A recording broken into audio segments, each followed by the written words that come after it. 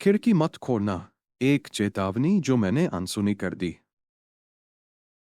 मैं कभी नहीं मानता था कि मौत के बाद कोई वापस आ सकता है, लेकिन उस रात जो हुआ, उसने मेरी सोच बदल दी। ये 2021 की बात है, जब मैं अमेरिका के एक छोटे से शहर में पढ़ाई कर रहा था।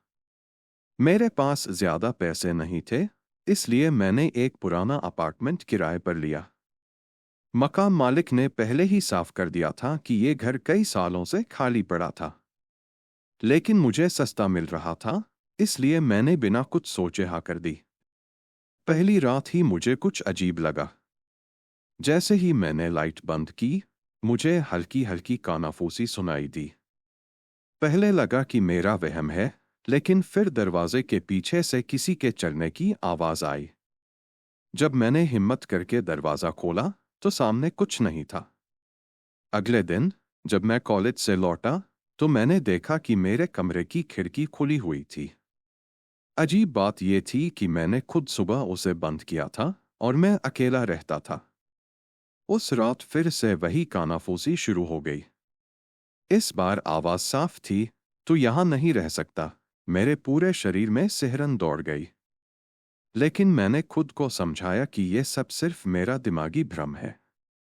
तीसरी रात, असली खौफ शुरू हुआ। मैं बिस्तर पर लेटा था, जब अचानक मेरा फोन वाइब्रेट हुआ।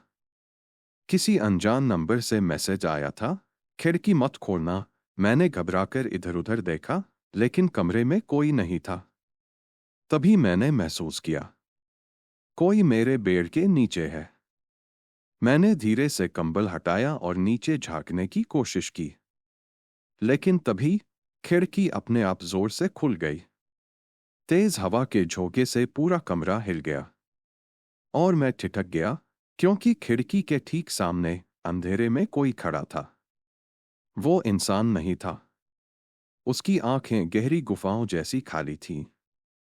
उसका चेहरा बुरी तरह जला हुआ था और वो बस एक चीज कह रहा था, "तू यहां नहीं रह सकता। तुझे भी जलना पड़ेगा।"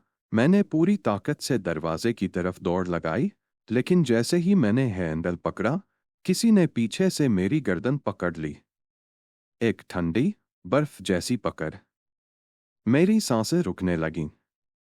आखिरी चीज जो मुझे याद है, वो थी मेरी अपनी चीख।